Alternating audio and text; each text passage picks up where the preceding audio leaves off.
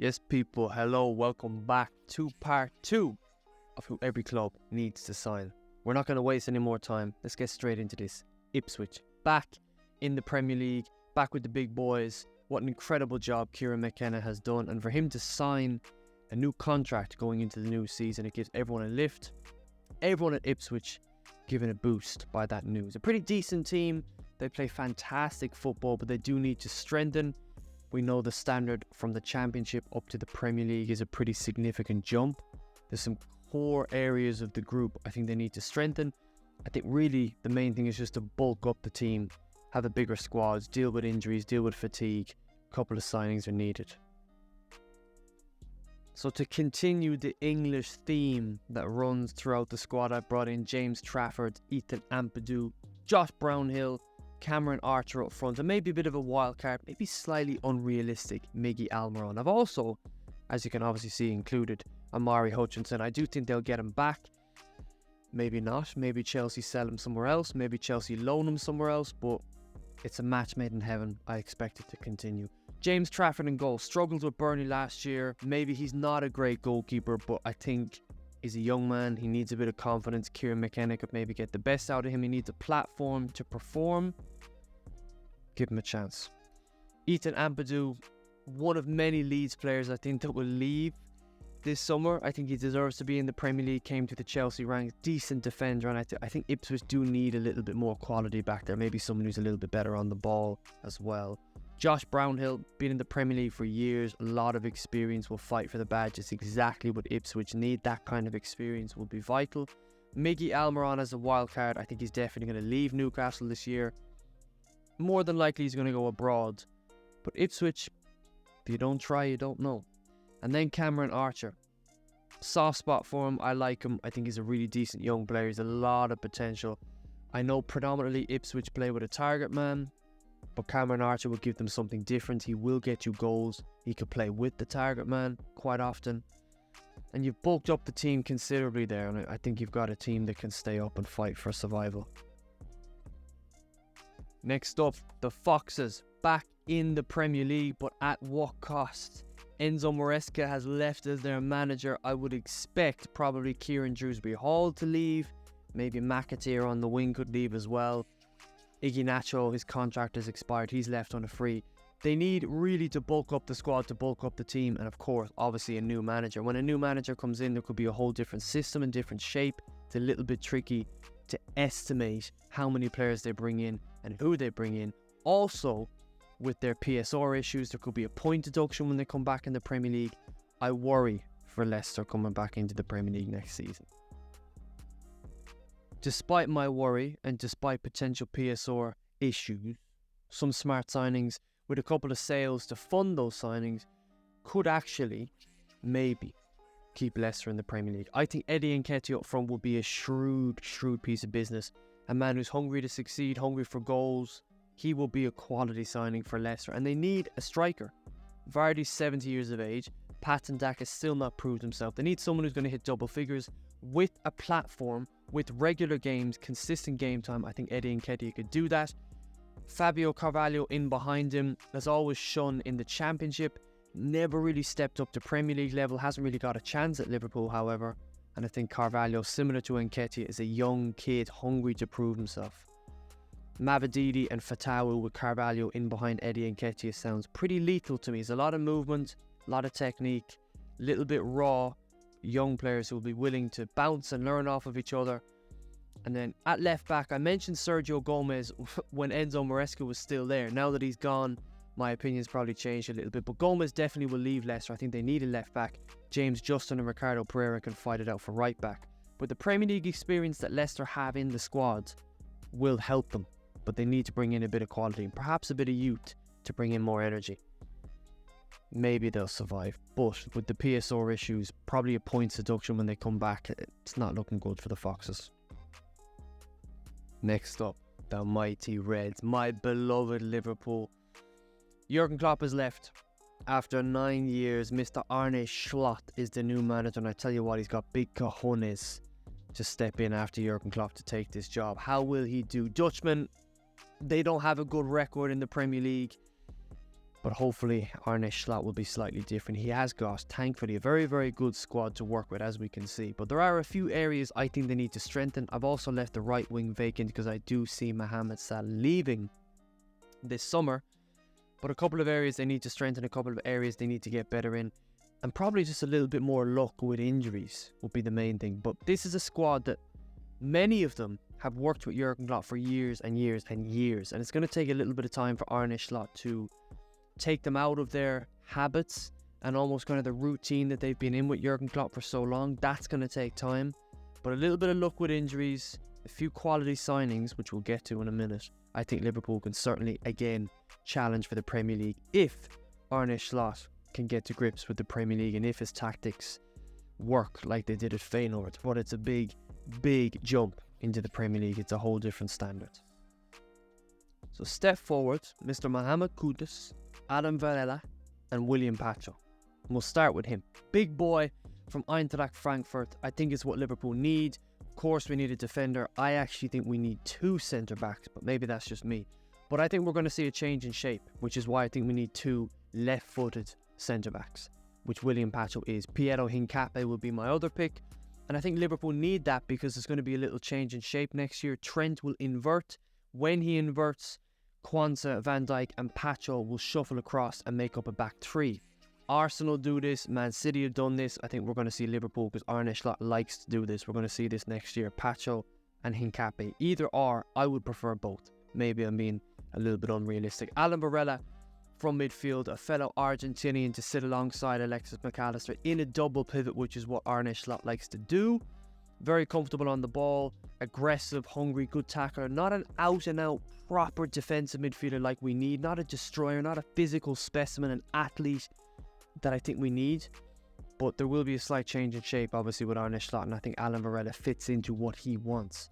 And up front, take your pick as to who you think could replace Mohamed Salah. I really, really like Mohamed Kudus. I've chosen him. I actually think it'll probably be Johan Bakayoko from PSV, but Kudus would be my dream selection. He is top class. And hopefully, my beloved Liverpool can maintain a title challenge next year. Next up, the champions, Man City. 4 in a row. How do you stop? Can anyone stop them? Can anything stop them? Well, yes. Yes, it can. Regardless, when it comes to the team, I think they actually just need a little bit more luck with injuries with John Stones next year. And really, it's just a defensive midfielder to partner Rodri. Not exactly a replacement or a future replacement. I think we're going to see a 4-2-3-1, slight change in shape for Man City next year. And the other areas that I think they'll strengthen are predominantly on the bench. A future replacement for Kevin De Bruyne, who will sit on the bench. Maybe another right back, possibly another centre back. But really, in the first 11, it's a defensive midfielder that they need to sit alongside Rodri.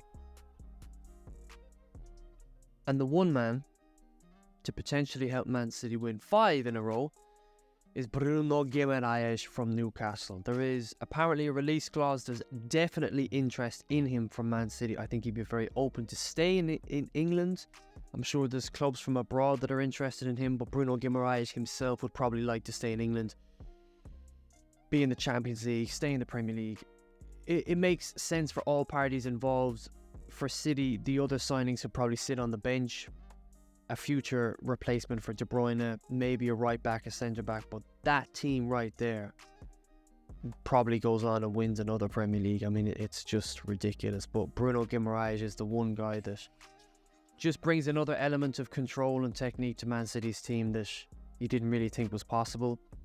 But that right there is kind of looks a bit unstoppable, really. And now the red half of Manchester, the FA Cup winners, Manchester United. Now, first things first, they're going to have to sort out the manager issue. They have to keep Ten Hag. Surely you have to keep the guy who's got you to 3 finals in his 2 seasons, won you 2 trophies. I mean, Jesus. There is a lot of shit at Man United, however. Stuff needs to be sorted out behind the scenes. There needs to be a sporting director. There needs to be people who look after the transfers and say, no, Eric, you can't buy your shitty older players from your former clubs. A couple of areas need to be strengthened in the team. They need a striker to partner Højlund, to help Højlund. They need a defensive midfielder. They need desperately defenders, probably 2 or 3, and 1 or 2 to sit on the bench. A right winger is needed as Antony is absolute muck. There are going to be PSR regulations and issues they're going to have to adhere to. You don't know how much is possible. Maybe McTominay leaves, maybe Maguire leaves, maybe Rashford leaves. Money could be raised. And some smart business with a couple of really decent signings. Step forward, Mr. Guirassy, Daniel Malen, Mats Pfeiffer, Jean-Claude Todibo, and Riyad Aït-Nouri at left back.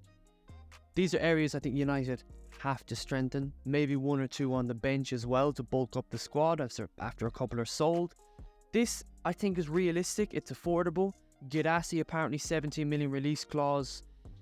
Maybe £30 million for Malen. Probably 30-40 million for Mats Pfeiffer. Probably 30-40 for Jean-Claude Todibo. And maybe 30-40 for Riyad Aït-Nouri as well. These are quality players at relatively respectably decent prices, and you could obviously sell the likes of Rashford, Maguire, McTominay, Casemiro and Varane are off the wages, etc, etc. This is somewhat realistic, and I think this is a platform that United can build upon. It's a really decent team. Guirassy is experienced, takes a little bit of the pressure off a young kid in Højlund. I think it's perfect. Daniel Malen is experienced, Champions League experience, decent player. Mats Pfeiffer is the metronome, the tempo setter that United need from deep to allow a bit more freedom for Kobbie Mainoo as well. Riyad Aït-Nouri I really rate. I really like him. I'd actually love him at Liverpool, but I think there might be that change in shape. But he's a quality left back. And Jean-Claude Todibo's a lot of clubs after him, a lot of clubs looking at him. Very strong, good centre back partner for Lisandro Martinez. And that, I think financially it's respectable, it's reasonable, it's realistic, and it's a really, really decent team. If you give Erik ten Hag another season, maybe a bit more luck with injuries, you can probably push for top 4 and another trophy. Now, the Magpies, and another team with PSR issues, financial restrictions. It's difficult to gauge how much they're going to be able to do, but I think by selling Bruno Guimaraes, who we mentioned a couple of minutes ago, I think that will allow a bit more flexibility to Newcastle's transfer window. I think they're going to need a right winger. Miggy Almiron will leave. Harvey Barnes is really good. I like him, but he more so plays off the left. Guimaraes, there has to be a replacement for him, and they need to really strengthen that defence. And maybe, with a bit more luck with injuries, maybe a few options on the bench, maybe a couple guys on loan. They need to bulk up the team. There's a lot of average players there. If Newcastle are to get into Europe again, they need to bulk up the squad considerably. So, couple of signings I think could take Newcastle back into the Europa League, starting from the back. Huijsen, strong centre-back, 6'4" from Juventus, who obviously are having a bit of a clear out this summer. I don't think he's going to feature for them in the future. Young, 19 years of age, ready for the physicality of the Premier League. Good looking young player, big potential. Bring him in.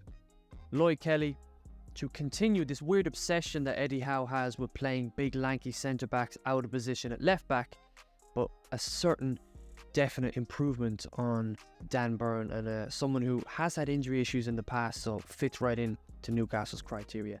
Khéphren Thuram, defensive midfield, absolute beast. This will be a statement signing for Newcastle. I'm aware he's a very different profile, completely different player to Bruno Guimaraes, but hopefully when Sandro Tonali comes back, he may be the replacement for Guimaraes, and Khéphren Thuram just gives a bit more bite, a bit more physicality and energy that Newcastle needs and that they play with. Matthias Soulé then, last but not least. I think Crystal Palace may make a move for him as well to replace Olise. Someone needs to get this kid. Another guy from Juventus, another guy that they're looking to sell. Very, very promising young player. A lot of potential, a lot of quality. Perfect for Newcastle. And that is a team that I think pushes for top 6, top 7. The real thing is keeping Isak fit. Now, another club with financial restrictions and financial issues. Nottingham Forest. I don't know if Nuno Espirito Santo will be here next year. If a new manager comes in, again, there could be a change in shape, blah, blah, blah. It's awkward to judge this, and of course with their financial restrictions, it's awkward as well. But I think they do need a couple of areas to strengthen to survive a bit more comfortably, maybe to push up into mid-table. to try and match Morgan Gibbs-White's quality and standards. They need a couple of signings. They absolutely need a striker. And I'm aware that a lot of people say they need a goalkeeper. I don't think that's an immediate concern, although a lot will disagree with me. I think they need to strengthen the outfield a little bit more as well. And I think by clearing out a lot of the players, like Orel Mangala, that guy, you could get probably 30 million for him. He's out on loan. There's a lot of players. They need to cut down the squad, raise a bit of cash, and spend a bit of money on a few signings. And with just a couple of signings, I think it's financially realistic, and it will allow Nottingham Forest to really push on next year. Starting from the back, Bradley Locko. A lot of Premier League clubs after this kid. A very decent, more solid left back, which I think Nottingham Forest need. To partner Murillo then, Gortrida. A lot of clubs after him as well. Could potentially join his former manager Arne Slot at Liverpool. Everyone's linked with him. Incredibly versatile, incredibly strong. Has played predominantly at fullback more so, but he is a centre back by trade. Very, very good player. That's the kind of standard Forest need to be aiming for. And last but not least, up front, to match the quality of the likes of Gibbs-White, Hudson-Odoi, Evan Nielsen. Bit of a wild card. I did see a rumour that he was wanting to come to the Premier League and he was linked to the Premier League. You're probably talking, at least talking 30-40 million pounds. But if you get rid of a bulk of the Nottingham Forest squad, which I think they need to, you can raise a bit of cash. Locko, 10-15 million pounds, Gertruida maybe 30 million, and then Evan Nielsen again 30-40 million. But cash can be raised through player sales at Forest. Deal with your PSR issues and bring in 3-4 players. That's all they need. They just need to bring in a bit more quality. Now to the Saints, newly promoted Southampton. What a great job Russell Martin has done there. However, that open, expansive style of play could be their downfall. They do need huge improvements in their team. A lot of quality needs to come in. Funny enough as well, Shea Adams. I wanted to put a striker in here, but I felt other areas had to be improved. But now they're going to have to get a striker as well because Shea Adams is actually leaving. I thought he was, when Southampton get promoted, I thought he'd sign a new contract, but it looks like he's going to leave on a free. A lot of strength needs to come in, a lot of quality needs to come in. They need to have a big summer. If they're going to survive, a lot of quality has to come in. Some smart signings can be made, some loans, maybe some free transfers. We'll see. So, a couple of smart signings could be, starting from the back, well, Taylor Harwood-Bellis is obviously someone, they've made the loan permanent. The obligation to buy has come in, so a really shrewd signing for Southampton. England under-21 captain. Big future ahead for that kid. Really solid centre-back. I know he was there on loan last year, but he's basically like a new signing. But at left-back, Kostas Tsimikas, I think is destined to leave Liverpool this year. Southampton want to play similar style to the way football has gone the last few years, and certainly the way Liverpool have played the last few years. Possession-based, heavy metal, if you will, Mr. Jurgen Klopp. Kostas Tsimikas, I think, could fit in. It's also a lot of Premier League and Champions League experience that Southampton could bring in. Now, would Kostas Tsimikas, for lack of a better word, stoop down to that level? I don't know, but it could be worth a try. £50 million get you a very decent left back. The smart signings I was talking about is up front in Wilfred Gnonto. Really exciting young player. Everton wanted him last summer. This is a guy who has a huge ceiling, a lot of potential, Premier League quality. Bring him in. Same with Archie Gray and Gabriel Sara in midfield, and Southampton need to strengthen that midfield. Archie Gray can sit, allow Will Smallbone and Gabriel Sara to create and go forward. It's a very decent midfield three. There's a lot of youth in this team. That's why Tsimikas, I feel, could be a really shrewd signing. But they need to bring in genuine quality if they have any chance of staying up. Next up, fucking Inge Postecoglou and fucking Spurs. The winning mentality that the big Aussie has needs to be instilled. The culture needs to be changed at Spurs. Quality signings must come in, and I mean real quality. Money has to be spent this summer to get back, to break in and get back into the top four, back into Champions League football.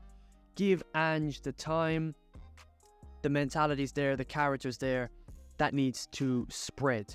It needs to spread like a virus throughout this team. And with a couple of signings, real quality signings, I think Spurs can get back into the top four next year. Step forward, Mr. Conor Gallagher. Rafinha and Victor Gyökeres. Go big or go home. Spurs, it is time to splash the cash. You lost the best striker in the world. That money's still floating around somewhere. Go spend it on Victor Gyökeres. Everyone's after this kid. He's the next big thing. Bring him in. Similar profile to Harry Kane as well. Rafinha is someone I think could leave Barcelona this summer. They need a little bit of competition for Kulusevski on the right wing. Brennan Johnson as well. They just need more quality up front. Rafinha is that. He's not unbelievable, but he's certainly an improvement, I think, on Kulusevski. He's still quite young. He could turn into a world beater. He has Premier League experience. It's not worked for him at Barcelona. I think they want to get rid of him. Somewhat realistic. And Conor Gallagher, someone they were interested in previously. Chelsea obviously going to sell him. The owners don't want him. Not exactly the out-and-out defensive midfielder that perhaps some may argue Tottenham needs. Whether it's Sarr or whether it's Bentancur, I think Conor Gallagher makes an unbelievable double pivot there for Tottenham. Full of energy, exactly the kind of character and profile that Ange Postecoglou will want. And that, with that back four, one or two more options on the bench, you've got a Tottenham team that's pushing for Champions League football and can maintain that push. Next up, the Hammers. How will they settle in with their new manager, Julen Lopetegui? Life without David Moyes begins a new era with a very, very solid foundation for West Ham. It's a new manager in, maybe a little bit more of an exciting, open brand of football, which is what West Ham fans will be craving.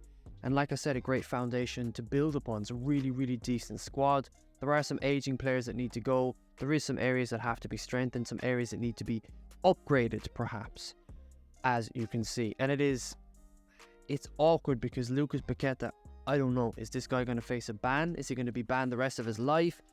It's awkward. But in step, I think should remain Frimpong. That's the kind of standard I think West Ham should be looking at. That's the kind of player I think they should be going for. Maybe somewhat unrealistic, but that's the caliber of player they should be looking at, I think.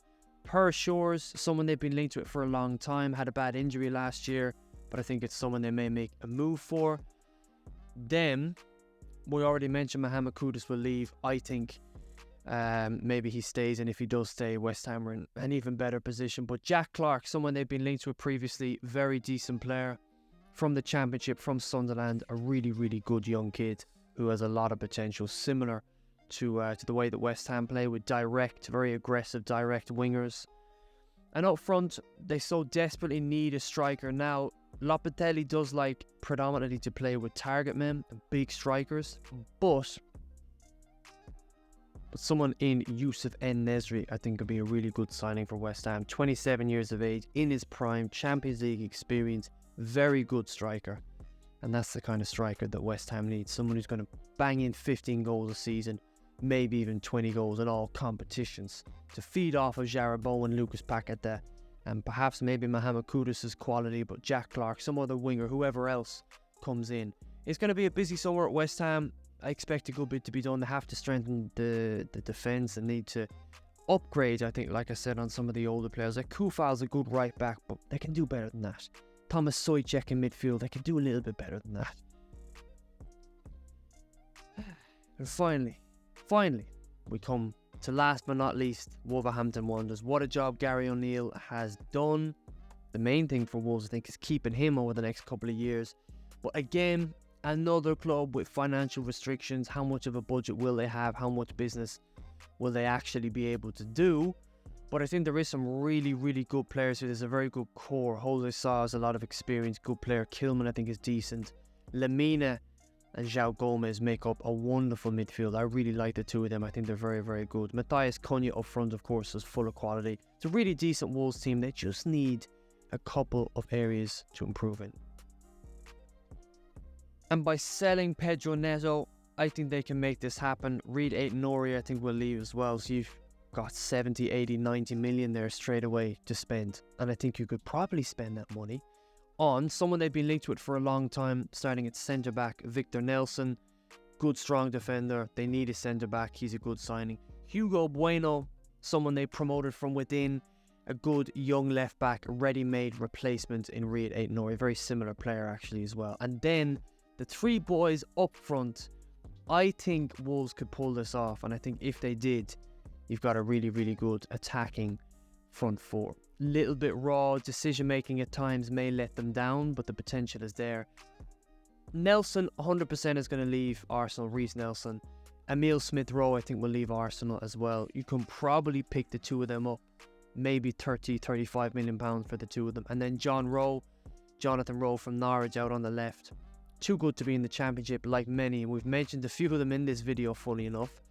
And that may be another video coming on this channel quite soon. Keep your eyes out for that one. But John Rowe, I think Wolves need a little bit more attacking potency up front, a little bit more direct quality.